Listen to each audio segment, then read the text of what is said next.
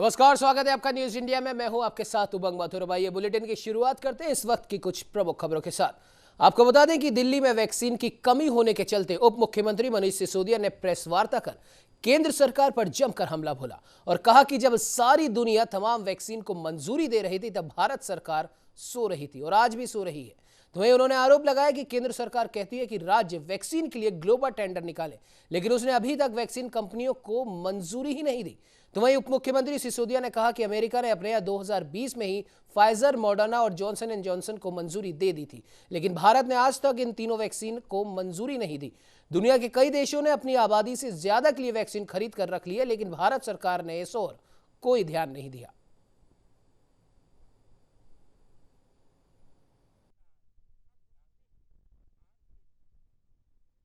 लड़ाई में वैक्सीन सबसे कारगर और इसका अंतिम हथियार है। सारी दुनिया में वैक्सीन को लेके एक पॉजिटिव माहौल है और बहुत शिद्दत से वहाँ की सरकारें वैक्सीन जुटाने में, वैक्सीन बनवाने में, वैक्सीन खरीदने में और वैक्सीन लगवाने में जुटी हुई हैं। दिल्ली सरकार ने भी युद्ध स्तर पर दिल्ली के एक एक नागरिक को वैक्सीन लगाने की तैयारी शुरू की, पूरे मिशन मोड में। इसके लिए दिल्ली में स्कूलों में, डिस्पेंसरीज में, हॉस्पिटल्स में सारा मिला के 400 सेंटर्स तो बनाए गए युवाओं के लिए, जहां युवाओं को वैक्सीन लग सकती है। 18 से 45 साल के युवाओं को वैक्सीन लग सकती है इन 400 सेंटर्स पे। और 650 सेंटर्स बनाए गए 45 साल से ऊपर के लोगों के लिए। लेकिन केंद्र सरकार की बद इंतजामी की वजह से आज युवाओं के लिए बनाए गए सारे सेंटर्स बंद हो चुके हैं और 45 साल से ऊपर के लोगों के लिए जो सेंटर्स बनाए थे उसमें भी कोवैक्सीन के जो सेंटर्स थे वो अब बंद हो गए हैं। अब केवल कोविशील्ड के सेंटर्स वहां पे चल रहे हैं। और ये स्थिति केवल दिल्ली में नहीं है, पूरे देश में यही स्थिति है। वैक्सीन की बदइंतजामी का आलम यह है कि कई राज्यों में, कई जिलों में तो वैक्सीन के सेंटर्स शुरू ही नहीं हुए। तो वहीं हिमाचल प्रदेश के मुख्यमंत्री जयराम ठाकुर ने वर्चुअल माध्यम से राधा स्वामी सत्संग परौर में प्रदेश के पहले मेकशिफ्ट कोविड-19 अस्पताल का शुभारंभ किया।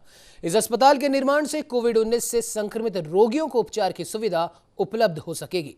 प्राकृतिक परिवेश में स्थापित इस मेकशिफ्ट कोविड-19 अस्पताल में सभी सुविधाएं उपलब्ध करवाई गई हैं। मुख्यमंत्री ने बताया कि मेकशिफ्ट अस्पताल के प्रत्येक बेड में पाइपलाइन के माध्यम से ऑक्सीजन की आपूर्ति की सुविधा दी जाएगी। इस सुविधा के साथ ये प्रदेश का पहला कोविड-19 मेकशिफ्ट अस्पताल होगा।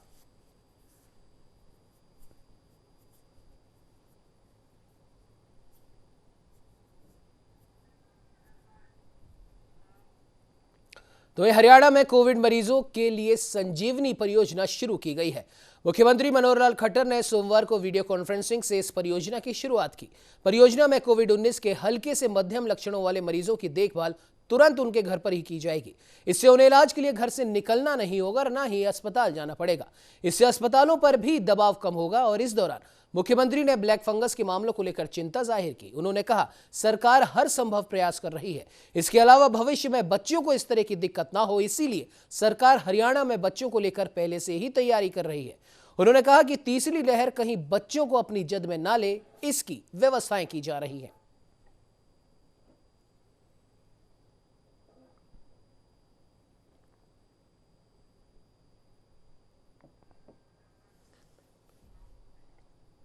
तो वहीं आपको बता दें कि राजस्थान के भरतपुर से सांसद रंजीता कोली अपने संसदीय क्षेत्र के नदबई के सरकारी अस्पताल के दौरे पर रही। इस दौरान भरतपुर सांसद कोली से वार्ता करते समय डॉक्टर पवन गुप्ता ने बताया कि राजस्थान में कोरोना के आंकड़े कम करने के लिए टेस्ट नहीं किए जा रहे। दरअसल सरकारी अस्पताल के दौरे के दौरान एक मरीज ने सांसद से शिकायत की कि पिछले 2 दिन से पर्ची बनवाने के बाद भी उसकी कोरोना की जांच नहीं की जा रही। ऐसे में डॉक्टर पवन गुप्ता ने बताया कि राज्य सरकार की ओर से जांच कम करने के लिए कहा गया है, जिस पर सांसद कोली ने जमकर लताड़ लगाई। उन्होंने कहा कि आम जन को कोरोना से सुरक्षित रखना सभी की जिम्मेदारी है। आंकड़ों की हेराफेरी के कारण लापरवाही करना सरासर गलत है।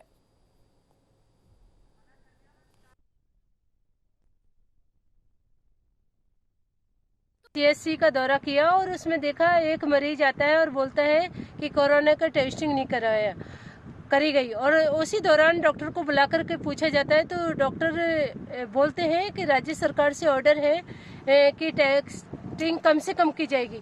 मैं कहना चाहती हूँ राज्य सरकार को कि कोरोना को क्यों बढ़ावा दिया जा रहा है। ये जनता के साथ एक खिलवाड़ है। पहले ही राज्य सरकार इस तरीके की नाकामी में दिख रही है और ये दोबारा से टेस्टिंग को लेकर भी कोरोना को बढ़ावा दिया जा रहा है।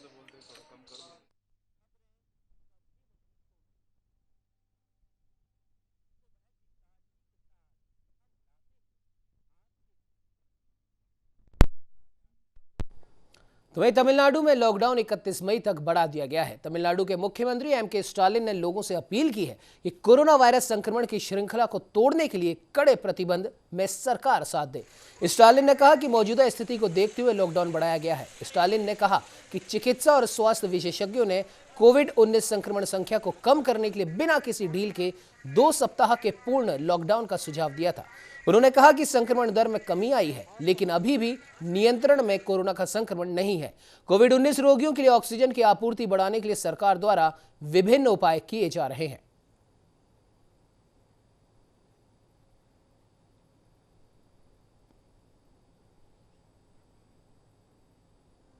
தமிழக மக்கள்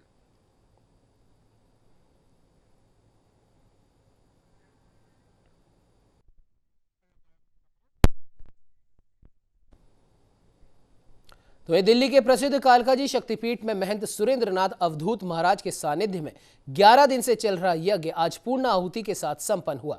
महंत सुरेंद्रनाथ अवधूत ने बताया कि अक्षय तृतीया से 11 दिवसीय यज्ञ शुरू हुआ था, जिसमें कोरोना महामारी से मुक्ति की प्रार्थना करते हुए गुग्गल, कपूर और औषधीय पदार्थों की आहुतियां वातावरण शुद्धि के लिए दी गई।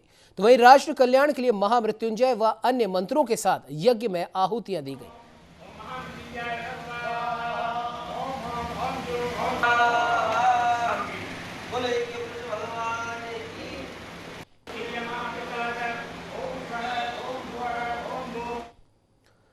तो आपको बता दें कि मध्य प्रदेश की राजधानी भोपाल में कोरोना कर्फ्यू 31 मई तक लागू रहेगा, लेकिन इस बार सख्ती पहले से ज्यादा होगी। मुख्यमंत्री ने 1 जून से धीरे धीरे कई ऐसे जिलों को खोलने के संकेत दिए हैं जहां पर संक्रमण की रफ्तार कम हुई है। 1 जून से भोपाल में कोरोना कर्फ्यू में ढील मिल सकती है। तो वहीं भोपाल में कोरोना कर्फ्यू के दौरान दुकानें बंद रहेंगी और ट्रैफिक पुलिसकर्मी वाहनों की जांच करते नजर आएंगे।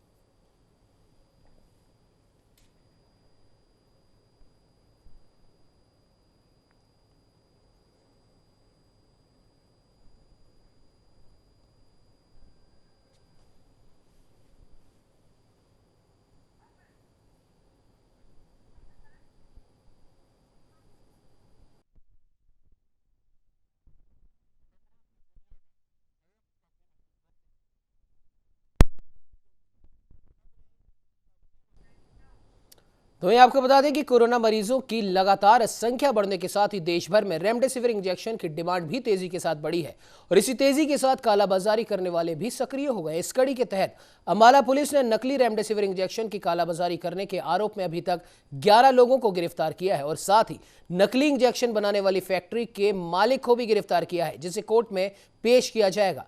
फिलहाल अंबाला पुलिस इस मामले में सभी बिंदुओं पर जांच कर रही है और वहीं दूसरी तरफ हरियाणा के स्वास्थ्य एवं गृह मंत्री भी इस मामले में पूरी रिपोर्ट ले रहे हैं।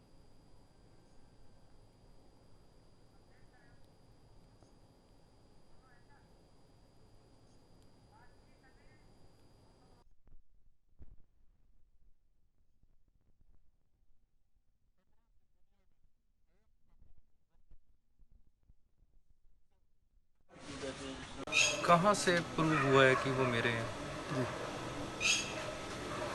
कहाँ से प्रूव हुआ है मेरे यहाँ? पुलिस का कहना है कि आपकी फैक्ट्री से बनाई जा रही है। नहीं, मेरी फैक्ट्री से नहीं बनाने जा रही, तो कहीं से मिले हैं, कहीं उसने मेरा नाम लिया है कि वो मेरे कंपनी से बन रहे हैं, तो ये तो मेरी नॉलेज में नहीं है चीज़।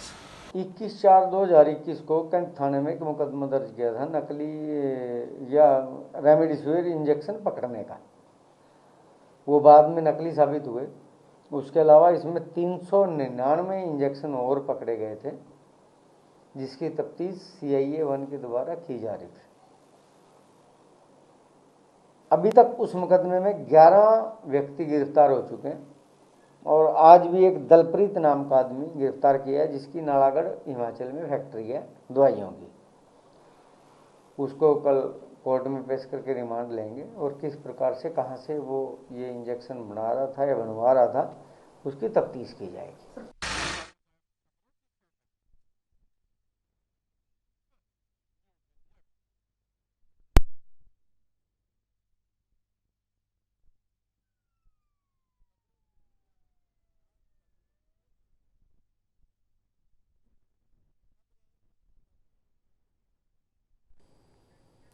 तो ये आपको बता दें कि कोरोना संकट में मेडिकल स्टाफ की कमी को देखते हुए चिकित्सा स्वास्थ्य विभाग की ओर से लैब टेक्नीशियन और सहायक रेडियोग्राफर के पदों पर भर्ती की गई। लेकिन इस भर्ती का रिजल्ट जैसे ही आया तो लगातार उसके बाद से रिजल्ट को लेकर भर्ती में फर्जीवाड़े को लेकर सुगबुगाहट शुरू हो गई। इसी को लेकर पीड़ित अभ्यर्थियों ने स्वास्थ्य भवन के बाहर इकट्ठे होकर सरकार और प्रशासनिक अधिकारियों से मांग की है कि भर्ती की जांच की जाए ताकि योग्य अभ्यर्थियों को नियुक्ति मिल सके। लास्ट 1 महीने के लिए होनी थी कंप्लीट, लेकिन इस महामारी को देखते हुए भर्ती निकाली गई थी। 15 दिन की लास्ट डेट थी, लेकिन सरकार के घोर लापरवाही ने इसको 1 महीने की डेट कर दी, जिसको बढ़ाते आज 1 साल कंप्लीट हो गया। 1 साल बाद में भी आज ये स्थिति देखने को मिली है कि हमारी योग्य अभ्यर्थी आपके दरवाजे पे खड़े हैं, लेकिन कोई इनकी सुनने वाला नहीं है। मैं सरकार को आपके माध्यम से ये कहना चाहता हूँ कि योग्य अभ्यर्थियों को ही लिया जाए, अयोग्य अभ्यर्थियों को बाहर किया जाए। एक और देश में और प्रदेश में बढ़ती बेरोजगारी और दूसरी ओर जहां देश भर के अंदर कोरोना अपने चरम पर है, तो दूसरी ओर बेरोजगार इस भर्ती चल रही है, लगातार प्रदेश में भर्तियां रुकी हुई है, देश भर में भर्तियां रुकी हुई है, तो वहीं दूसरी ओर बेरोजगारों को इस कोरोना की आड़ के अंदर एक और भर्ती फर्जीवाड़े की चपेट में आती हुई दिखाई दे रही है। हम बात कर रहे हैं जो लैब टेक्नीशियन भर्ती थी, सहायक रेडियोग्राफर की जो भर्ती थी, जो राजस्थान में बीते दिनों 2020 के अंदर इसके फॉर्म लिए गए, उसके बाद लगातार भर्ती प्रक्रिया को शुरू किया गया। वहीं इस पूरे मामले को लेकर क्या कुछ ये मामला है, क्या कुछ फर्जीवाड़ा ये अभ्यर्थी बताना चाह रहे हैं, उसको लेकर हम बातचीत करेंगे। अभ्यर्थियों से, पीड़ित जो लोग हैं उनसे, किस तरह का मामला है, क्या ये पूरा प्रकरण है। सर, ये जो रेडियोग्राफर लैब टेक्नीशियन की भर्ती आई है, जब से ये भर्ती आई है, जब से ये मुद्दों में रही है, आए दिनों न्यूज़ में इसकी खबर आती रही है। और फिलहाल तो अब तो आदेश स्टेज की हो गई है कि एक दिन में करीब राजस्थान पैरामेडिकल काउंसिल है जो 350 बंदों को रात में रजिस्ट्रेशन दे रही है। अदर चयन बोर्ड की बात की जाए तो उसमें एलिजिबल बंदे हैं जो घर बैठे हैं, जो वैलिड बंदे हैं वो घर बैठे हैं, जो वैलिड नहीं है वो आज ज्वाइनिंग लेके घर बैठे, ज्वाइनिंग लेके जॉब करने पर चले गए हैं। ऐसा ही मामला अभी 447 बंदों की रेडियोग्राफर लैब टेक्नीशियन की जो लिस्ट आई है उसमें सामने आया। उसमें एक चंचल वाटीकर के नाम से लड़की है और एक रणदीप सिंह है। और ये बंदे पास आउट 2019 और 2020 में हुए, जबकि इनके पास जो एक्सपीरियंस है वो 2013 से 2016 के बीच का है, जो कि राजस्थान चयन बोर्ड की जो योग्यता है उसके अनुसार ये वैलिड नहीं है एक्सपीरियंस। जबकि चयन बोर्ड ये कहता है कि अगर अनुभव आपका जब ही मानना होगा जब आपके पास RPMC का रजिस्ट्रेशन हो और आप कंप्लीट डिग्री डिप्लोमा पास कर सको, उसके बाद का ही वैलिड होगा। जबकि इस लिस्ट में ये देखने को हमें ये मिला है कि इनके पास डिग्री डिप्लोमा बाद में प्राप्त हुआ है, जबकि इनके पास जो एक्सपीरियंस सर्टिफिकेट है जो 2013 से 2016 का, जो कि बिल्कुल ही इनवैलिड है। ऐसे ही करके ये 2 बंदे हैं और ऐसे ही एक और बंदा है जिसने 2020 में डिप्लोमा किया है और साथ में SMS मेडिकल कॉलेज से उसने फर्जी एक्सपीरियंस लगाया, जो भी 2018 से 2020 का है। उसी टाइम ड्यूरेशन में उसने डिप्लोमा भी किया है, उसी टाइम ड्यूरेशन में इस बंदे ने एक्सपीरियंस सर्टिफिकेट भी लगाया है। और इन तीनों बंदों को ज्वाइनिंग आज चयन बोर्ड दे चुका है। हम ये पूछते हैं चयन बोर्ड से, इनको किस बेस पर आपने इनको जो योग्यता दी, जबकि ये बंदे अयोग्य हैं और जो योग्य बंदे हैं हम जैसे जो इस भर्ती की चपेट में आ चुके हैं, जो घर पर बैठे हैं, रोज मेंटली डिस्टर्ब हो रहे हैं। कुछ अभ्यर्थी, उनसे भी हम बात करेंगे कि क्या कुछ ये पूरा मामला है, क्योंकि बाहरी राज्यों के अभ्यर्थी भी इसमें चयन हुए, तो क्या किस तरह देखते हैं, क्या कहेंगे। सर, इसमें ऐसा हुआ है कि इसमें अभी जो पिछली बार कोरोना आया था फर्स्ट बार, उस टाइम अपने अधीनस्थ ये स्वास्थ्य भवन ने अधीनस्थ बोर्ड को ये कार्य दिया कि भाई ये अपनी भर्ती है लैब टेक्नीशियन और रेडियोग्राफर की, इनको आपको करवाना है। इनकी ये 12 जून को विज्ञप्ति जारी हुई इसकी। इसमें जिस टाइम कोरोना को देखते हुए इसको 45 दिन के अंदर पूरा करना था भर्ती को, इसको 15 दिन में फॉर्म भरने की डेट दी। लेकिन कुछ बंदों ने राजनीति करके, कैसे करके, किसी को पैसे खिला के इसकी डेट बढ़वा दी 1 महीने आगे। वो डेट बढ़ गई, कोई दिक्कत नहीं, और भी बच्चे आ गए उसमें, वो भी कोई दिक्कत नहीं। लेकिन जैसे वो 1 महीने डेट बढ़ी, उसके बीच के अंदर RPMC के अंदर घोटाले होने स्टार्ट हो गए। बाहर से लोग रातों रात 10-10 हज़ार में डिप्लोमा डिग्री लाके यहाँ पे रजिस्ट्रेशन, यहाँ पे कुछ पैसे वहाँ दिए, कुछ पैसे यहाँ दिए, अधिकारियों को खिलाया, सब मिल एक दूसरे से मिले जुले हुए हैं और इन्होंने रजिस्ट्रेशन कर करके दे दिया। देखिए, ये वो सभी अभ्यर्थी थे जो अपनी मांगों को लेकर सरकार से इस भर्ती की फर्जीवाड़े को रोकने के लिए सरकार से गुहार लगा रहे हैं। कर्मचारी चयन बोर्ड के अधिकारियों से लगातार ये अभ्यर्थी बात कर रहे हैं कि हमारी इस भर्ती की निष्पक्ष जांच हो, क्योंकि जो लंबे समय से भर्तियां एक तो प्रदेश में आ नहीं रही थी, वहीं दूसरी ओर जब भर्तियां आती है तो इस तरह की अड़चने और इस तरह की फर्जीवाड़े जब सामने आते हैं। बीते दिनों कई भर्तियों के अंदर इस तरह की देखी गई, हालांकि एसओजी ने जांच कर उन भर्तियों को रोक लगा दी गई। लेकिन अब एक और भर्ती जब कोरोना काल की आड़ में यदि किसी भी संबंधित डिपार्टमेंट में या किसी भी भर्ती के अंदर इस तरह की चीजें जब सामने आती है तो कहीं ना कहीं एक बड़ा सवालिया निशान सरकार और प्रशासन के ऊपर खड़ा करती है। तो अब देखते हैं आने वाले समय में किस तरह की इस सरकार और प्रशासन की ओर से इस भर्ती को लेकर क्या कुछ जांच और क्या कुछ इन अभ्यर्थियों के लिए किया जाएगा। कैमरा पर्सन दिनेश पारिक के साथ मुबारिक खान, न्यूज इंडिया, जयपुर। तो ये आपको बता दें कि प्रदेश में बढ़ते कोरोना संक्रमण के बीच इस संकट काल में न्यूज इंडिया लगातार अपना सामाजिक सरोकार भी निभा रहा है। दरअसल न्यूज इंडिया टॉक के संवाददाता ब्रजेश और उनके साथी दिनेश बैरागी कोरोना वॉरियर्स के रूप में ड्यूटी कर रहे पुलिसकर्मियों, नगर परिषद के कर्मचारियों एवं अन्य लोग जो लॉकडाउन में अपने कार्य को अंजाम दे रहे हैं, उनकी अपने सामर्थ्य के हिसाब से मदद कर रहे हैं। ड्यूटी के दौरान इन कोरोना वॉरियर्स को चाय नाश्ता या फिर पानी की सुविधा उपलब्ध नहीं हो पाती, जिसे लेकर न्यूज इंडिया संवाददाता पूरे शहर में इन कोरोना वॉरियर्स को चाय नाश्ता उपलब्ध करवा रहे हैं, जिसके बाद पुलिस अधिकारियों ने भी न्यूज इंडिया के इस प्रयास की सराहना की है। तो वह इस खबर पर ज्यादा जानकारी के लिए हमारे साथ में न्यूज इंडिया संवाददाता ब्रजेश पडेडवाल टॉक से जुड़ चुके हैं। ब्रजेश, जानना चाहेंगे आपसे, जिस समय पूरा देश इस समय कोरोना रूपी इस महामारी से जूझ रहा है, ऐसे में फ्रंट लाइन में खड़े या फिर हमारी ढाल बनकर खड़े ये जो कोरोना वॉरियर्स है, भले वो पुलिसकर्मी हो, चिकित्सा कर्मी हो या फिर नगर निगम के कर्मचारी हो, ये सभी बखूबी डटे हुए हैं ताकि हम लोग आम जनता इस कोरोना रूपी कहर से बच सके। ऐसे में कई बार देखा जाता है कि पुलिसकर्मी जो सड़कों पर पहरा दे रहे हैं, आने जाने वाले लोगों को समझा रहे हैं और कोविड-19 गाइडलाइन की पालना करने के लिए उनसे गुहार लगा रहे हैं, तो ऐसे पुलिसकर्मियों को, ऐसे कर्मचारियों को जो कोविड वॉरियर्स के रूप में अपना काम बखूबी कर रहे हैं, कई बार चाय नाश्ता या फिर पानी की सुविधा भी कई जगह पर उनके पास उपलब्ध नहीं होती।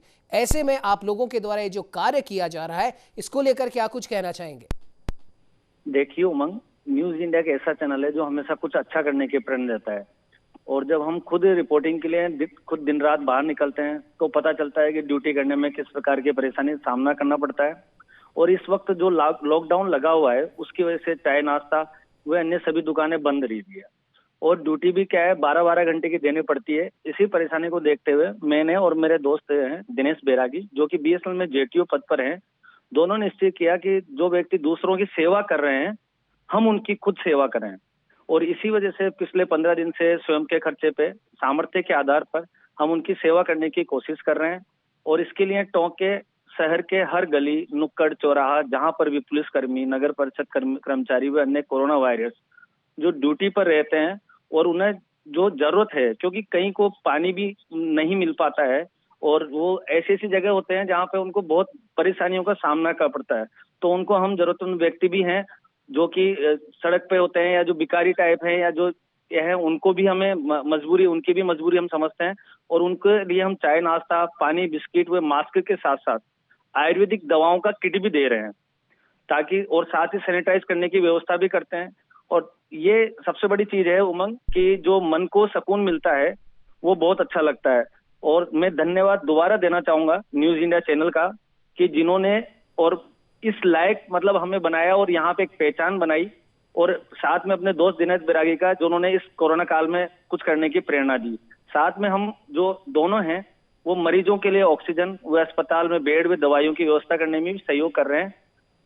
जी उमंग। जी बिल्कुल ब्रजेश, बहुत पुनीत कार्य आप लोग कर रहे हैं, और जाहिर सी बात है इस कोरोना के काल में सरकार और पुलिस प्रशासन तो जनता को इससे बचाने के लिए लगा ही हुआ है, लेकिन जब सरकार और प्रशासन के साथ में आप जैसे लोग जब साथ में हो जाते हैं तो यकीन होता है कि इस कोरोना रूपी दैत्य को हम बहुत जल्द ही हरा पाएंगे। फिलहाल इस खबर पे तमाम जानकारी देने के लिए आपका बहुत बहुत धन्यवाद।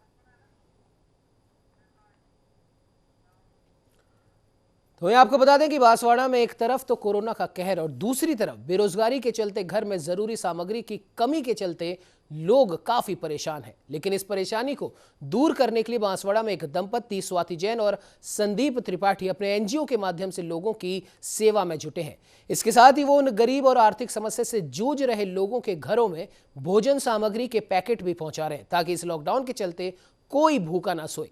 इसके लिए एनजीओ के अन्य सदस्य दंपति के साथ काम करते हैं और इतना ही नहीं, कोरोना मरीजों के लिए ऑक्सीजन सहित अन्य जरूरतमंद सामान पहुंचाकर भी उनकी मदद कर रहे हैं। तो वहीं स्वाति ने आपको बता दें कि अब तक करीब 18,000 मास्क बनाकर लोगों को निःशुल्क वितरित किए हैं। हमारी टीम ज़रूरतमंद को राशन वितरित कर रही है।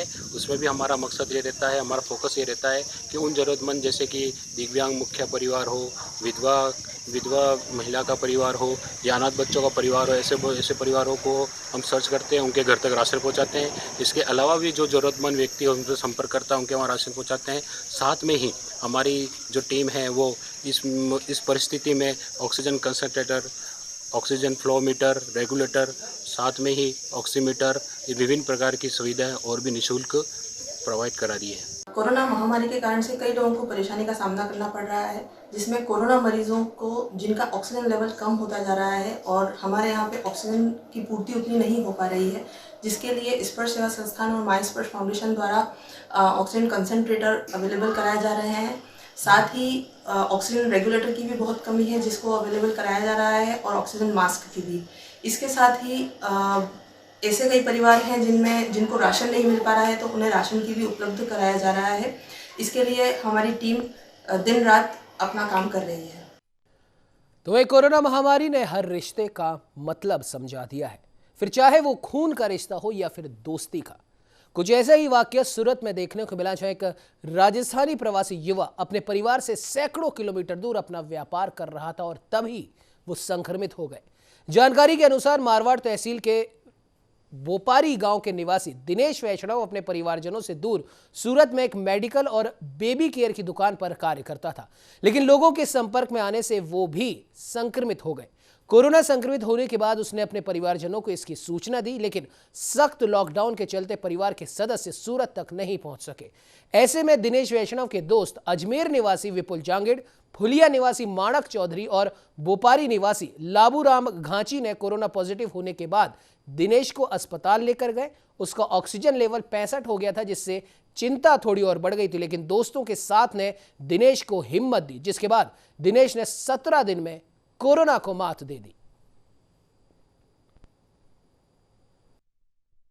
सूरत में समीर हॉस्पिटल में एडमिट था मैं।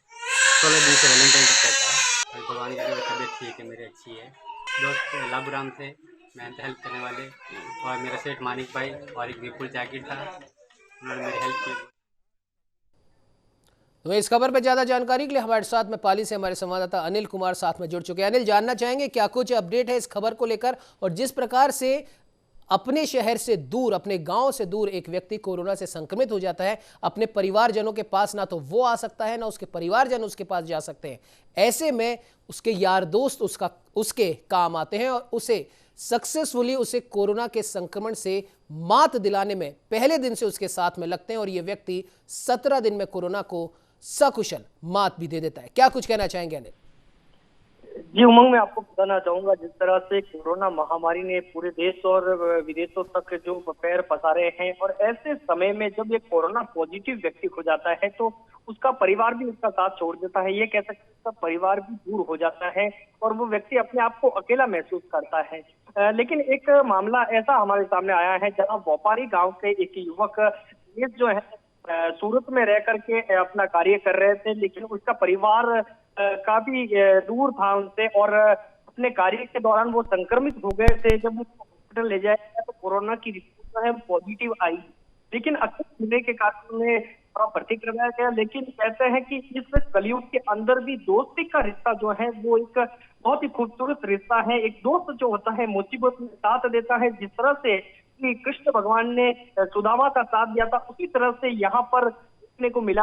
3 दोस्तों ने दिनेश वैष्णव को अपना साथ किया और अलग अलग जो लगाकर 8 घंटे दिनेश के साथ में खड़े रह करके उसकी जो है देखभाल करना, उसको दवाइयाँ देना और वीडियो कॉल के माध्यम से उसके परिवार से बात कराना, उनके दोस्तों से बात करवाना कि उसे ये एहसास ना हो कि वो अकेला है, तो वो हिम्मत के साथ में कोरोना की इस जंग को जीत सके। एक ऐसा कार्य इन्होंने किया है। दोस्तों से हमारी जो बात हुई थी, इन्होंने कहा कि जब इस दिनेश के साथ में कोई नहीं था, उस वक्त हमारा ये फर्ज बनता था कि हम इस साथ में खड़े रहें। अजमेर निवासी विपुल जांगे, पुलिया निवासी मानक चौधरी, व्यापारी निवासी लाबूराम गाजी ने जो है कोरोना पॉजिटिव दिनेश के साथ में अस्पताल में रुक करके ऑक्सीजन लेवल हो गया था, तो दिनेश की चिंता जो है वो बढ़ गई थी, लेकिन दोस्तों की हिम्मत ने उसे एक नया जीवन दिया और वो दोस्तों की इस हिम्मत की बदौलत कोरोना की जंग जीत करके अब जब गांव लौटे हैं तो व्यापारी गांव के अंदर उनका भव्य स्वागत किया गया। सभी दोस्तों और परिवार ने गले लगा करके दिनेश का स्वागत करते हुए इस दोस्ती की मिसाल जो है दाद दी है। जी बिल्कुल अनिल, बिल्कुल आपने सही कहा। फिलहाल इस खबर पे तमाम जानकारी देने के लिए आपका बहुत बहुत धन्यवाद। इस बुलेटिन में फिलहाल इतना ही। देश दुनिया की तमाम खबरों को जानने के लिए आप बने रहिए हमारे साथ और देखते रहिए न्यूज़ इंडिया।